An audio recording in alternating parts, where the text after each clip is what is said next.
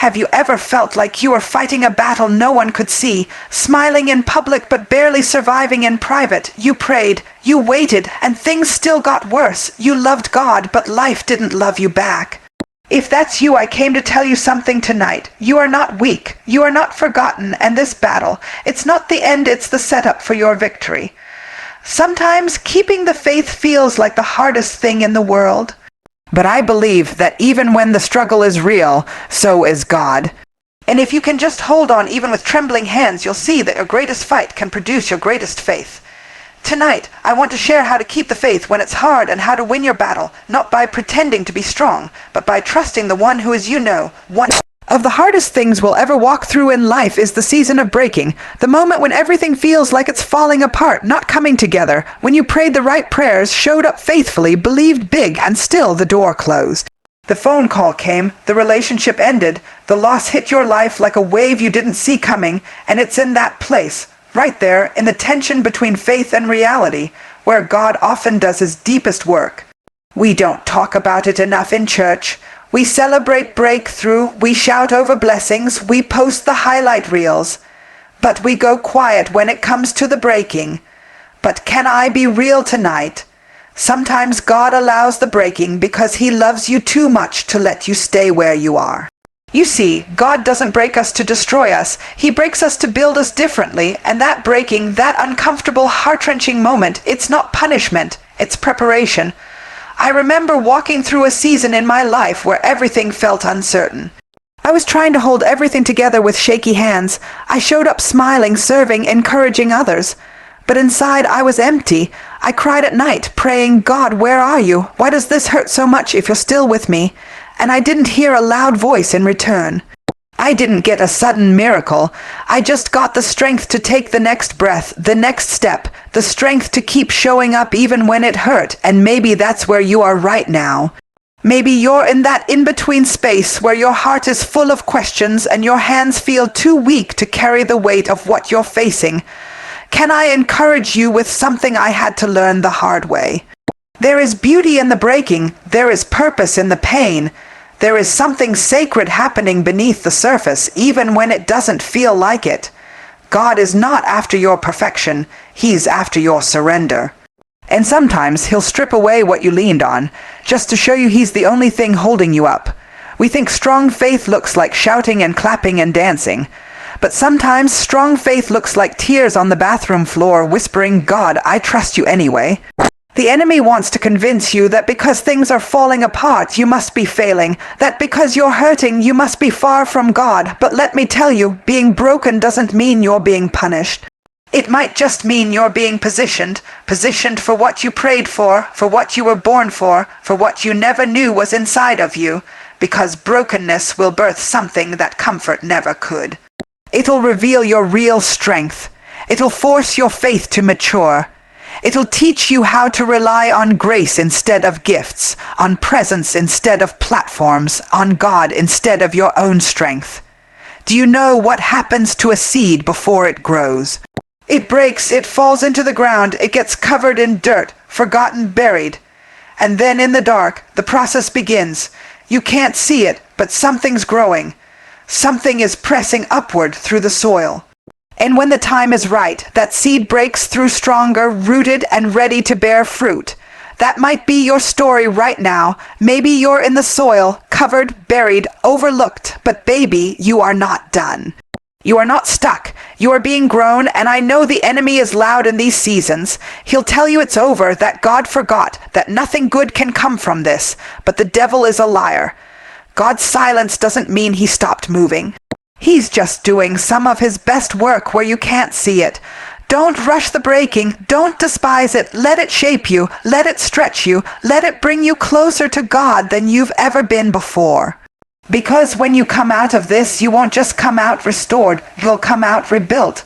God is about to use the very thing that tried to break you to bless you, that pain you didn't think you'd survive. It's making room for power you didn't even know you carried. You're not being broken to stay broken. You're being broken to be made whole. And when you look back, when the healing begins, when the dust settles, you'll realize that what the enemy meant to crush you only uncovered the calling that was buried deep inside. You ever been in a place where the storm around you got so loud you couldn't even hear your own thoughts anymore? Where everything seemed to hit at once: family issues, financial stress, health battles, relationships crumbling. And in the middle of it all, it felt like God went silent. I've been there. And I know what it's like to try and hold on to faith when the wind and the waves are trying to knock you out. You pray, but the answers don't come like you expected. You worship, but the weight doesn't lift. You go to church, you open your Bible, you try your best to stand strong. But the storm keeps talking. It talks through fear, it talks through anxiety, it talks through voices that sound like yours but are full of doubt. And if you're not careful, you'll start to agree with the storm. You'll start to believe the lie that maybe this is just how it ends. But the truth is, you don't have to agree with what the storm is saying. You can talk back. You can speak faith in the face of fear. You can declare victory when all you see is defeat, because your words carry weight. And when you align your voice with heaven, something shifts. Sometimes the only thing that will get you through is a decision to speak what you know, even when you don't feel it. That's faith. Faith isn't a feeling. It's a choice. It's standing up in the middle of chaos and saying, I still believe, I still trust, I still know who my God is. I remember a time when everything in my life felt like it was caving in. I was tired. I was frustrated. I felt like I was giving everything I had, and it still wasn't enough. And one day I heard this quiet voice inside say, speak to it. Not pray about it, not cry over it, but speak to it. Speak to the fear, speak to the doubt, speak to the situation, not just about it. And I realized then, silence gives fear room to grow, but speaking faith out loud chases fear out of the room. There is power in your mouth. The word says life and death are in the power of the tongue, not just your thoughts, not just your prayers, your words. So when the storm gets loud, you've got to get louder, not louder in volume, but louder in truth. You've got to fight back with what God said. I am more than a conqueror. No weapon formed against me shall prosper. God is my refuge and strength, a very present help in trouble. He who began a good work in me will be faithful to complete it. You might not feel like it. You might have tears running down your face. Your voice might shake when you say it, but that's when it matters most. It's easy to declare faith when the sun is shining, but it means something when you declare it in the dark. The enemy is not after your car, your job, your peace. He's after your confession, because your confession reveals what you believe. And if he can get you to say what he says, it's over. I'll never make it. Nothing's changing. Then he's got a foothold. But when you choose to speak what God says, even when it doesn't match your situation, heaven responds. Don't let your circumstances do all the talking. You've got a voice, and it wasn't just made to sing worship songs on Sunday. It was made to war in the Spirit. You've got to start declaring things before they look like they're true. That's not denial. That's dominion. That's you saying, this is what I see, but it's not all there is. This is what I feel, but it's not the final word. Because here's the thing, your storm hears you. Your storm responds to authority, and you have been given authority, not because of who you are, but because of whose you are. Think about Jesus on that boat with the disciples. The storm was raging. The disciples were panicking, and Jesus stood up and spoke to the wind and the waves. Peace, be still. He didn't scream, he didn't run, he didn't break down, he spoke, and the storm obeyed. That same authority lives in you. But you've got to use it. You've got to speak peace when everything around you is chaos. You've got to speak hope when your heart is breaking. You've got to declare joy when depression tries to take over. It doesn't have to be perfect. It doesn't have to be eloquent. It just has to be real, honest, bold, rooted in truth. And let me tell you, every time you speak faith, you're building something in the Spirit. You might not see it right away. It might feel like nothing's moving, but something's happening. Every word of truth is a brick in the foundation of your breakthrough. So don't stay silent in the storm. Open your mouth, speak to the mountain, declare what God said, and keep doing it until what you say matches what you see.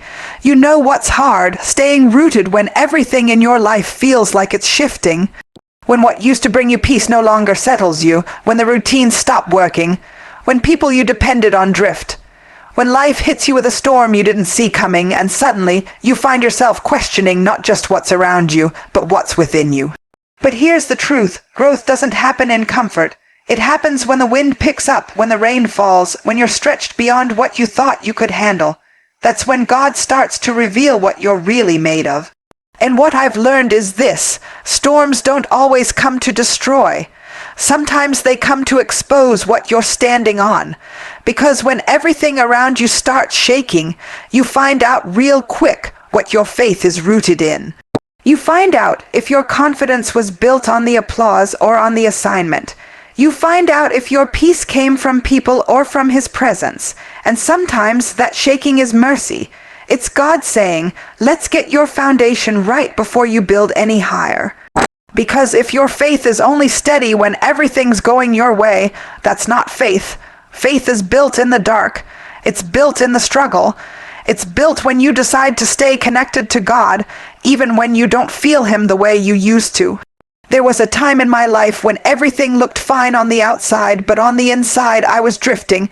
I wasn't praying like I used to. I wasn't seeking like I used to. I was still showing up, but I was surviving, not rooted. And then the storm hit. Something I thought I was prepared for knocked the breath out of me, and in that moment I had a choice to make. I could panic or I could press in. I could run from God or I could run to Him. I chose to press in, and let me tell you, it didn't feel magical. It wasn't pretty. I wasn't full of fire and boldness. I was quiet. I was tired, but I was connected, and that connection was everything. Sometimes we think being rooted means having all the answers, being on fire every day, quoting scriptures like a walking Bible, but being rooted is much simpler than that. Being rooted means you're not going anywhere. It means that even if your leaves are shaking in the wind, your roots are dug into the one who never changes. I think about trees, how their strength isn't in what we see above the ground, it's in what's beneath the surface. It's in the roots that stretch deep into the soil. The deeper the root, the stronger the tree, and the same is true for us. What people see might look like strength, but real strength is in the private places. It's in the way you pray when nobody's watching. It's in how you worship when the tears are falling. It's in your decision to stay in God's presence, even when everything in your flesh wants to pull away. Staying rooted isn't always exciting. It's not always emotional. It's often quiet, simple, repetitive. It looks like opening your Bible when your mind is distracted. It looks like turning on worship when your heart feels heavy. It looks like choosing to forgive, choosing to stay, choosing to believe. Even when it's hard, that's how you outlast the shaking. That's how you survive the storm, not by being flashy, but by being faithful. Not by knowing all the answers, but by knowing where your strength comes from. The enemy would love for you to believe that because you feel shaken, you must not have faith. But let me tell you something, being shaken doesn't mean you're weak. It means you're human. It means life is real. But what makes you unshakable is what you're anchored in. And God is saying, don't let go of me. Stay planted, stay connected, stay rooted. Because when the dust settles and the storm passes, you'll still be standing. You might be bruised, you might be different, but you'll still be standing. Why? Because you didn't build your life on the surface. You built it on the rock, and maybe you're in that place right now where everything feels unstable. Where you don't recognize your own life anymore, where you're not sure what's next. I want to encourage you, stay rooted, stay in the Word, stay in community, stay in prayer, even if you don't feel like it. Especially when you don't feel like it, because the enemy loves isolation. He loves to pull you away, convince you that you're the only one struggling, make you think you're too far gone. But staying rooted means refusing to disappear. It means saying, I don't know how this ends, but I know who's holding me through it. So don't disconnect just because it's hard. Don't walk away just because it's unfamiliar. This is the time to dig deeper. To press into God's presence with everything you've got, because that's where your peace is, that's where your clarity is, that's where your strength is. You know, some battles can't be won by working harder, stressing more, or trying to control every outcome. Some battles are spiritual, and until you learn how to fight in the spirit, you'll keep getting exhausted in the natural. You'll think you're weak when really, you've just been fighting the wrong way.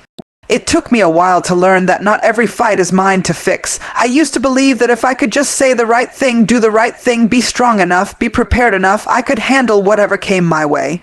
But then life hit me with a fight that no words could fix. A battle that wasn't about my strength, but about my surrender. That's when I realized I couldn't keep bringing natural weapons to a spiritual war. There are some situations you can't talk your way out of. You can't hustle your way through. You can't strategize your way around. The only way to win is to drop your pride, pick up your armor, and go to war in the spirit. Because this battle you're facing right now, it's not just about what you see. It's about what's going on in the unseen. And if you're not tapped into heaven, you'll misinterpret what's happening in your life. The enemy knows he can't take your calling. He can't cancel your destiny, but he can distract you. He can drain you. He can keep you so busy trying to fix what's in front of you that you forget to go to the one who already won the fight. We don't win these battles by might or by power. We win them by the Spirit. That means we stop trying to control everything and start letting God be God. That means instead of cussing folks out, we cover them in prayer. Instead of letting bitterness harden us, we let forgiveness set us free. Instead of letting fear rule us, we let faith rise in us. That's what it looks like to fight spiritually. It looks like worshiping when you feel weary. It looks like praying when your heart is broken. It looks like praising God not because everything is good, but because He is. You can't fight spiritual battles with fleshly responses. You've got to go deeper. You've got to get quiet before the Lord and say, "Okay, God, show me what's really going on here. Give me spiritual eyes. Teach my hands to war in a way that honors you." There was a season where I was so frustrated because nothing I did seemed to work. I was praying, sure, but I was also panicking. I was worshiping, but I was also worrying. I was speaking faith in the daylight, but crying fear at night, and one night I felt God whisper to my spirit, "Stop striving, just stand, let me fight this for you," and y'all, that broke me. Because I thought God needed me to do more, but what He really needed was for me to trust more. See, God doesn't need your perfection. He doesn't need you to have it all figured out, but He does need your obedience. He needs your worship. He needs your surrender, because when you surrender, He shows up. When you step back, He steps in, and I know some of you are tired, not just physically tired, but spiritually worn down. You've been fighting battles no one sees, carrying burdens no one knows about, and maybe you feel like giving up. But can I speak to your spirit right now? Don't give up. Don't lay down your weapons. Pick them back up. But this time, pick up the right ones. Prayer is your weapon. Worship is your weapon. The Word is your weapon. Fasting, praise, stillness, obedience, those are your weapons. That's how you shift atmospheres. That's how you break generational cycles. That's how you win without even lifting your hands, because your heart is already in the right posture. You don't need to prove yourself. You need to position yourself. Get low before God, get quiet before Him. Let Him download strategies that don't make sense in the natural, but will bring breakthrough in the spirit. Sometimes, like Jehoshaphat, in 2 Chronicles, the instruction won't be to fight harder, but to send praise first. Can you imagine that? An army coming after you and God tells you, "Just worship me." It doesn't make sense, but that's the kingdom. God uses foolish things to confound the wise, because when you lift your hands in surrender, heaven starts moving on your behalf. That's why the enemy tries to silence your worship. That's why he tries to keep you busy, distracted, discouraged. Because he knows that if you ever realize the power you carry when you operate in the Spirit, his plans don't stand a chance. So I dare you, worship like your life depends on it. Pray like everything is shifting. Praise like the chains are already broken. Declare the word like it's already done, because this battle you're in, it's already won. You just have to fight from the victory, not for it.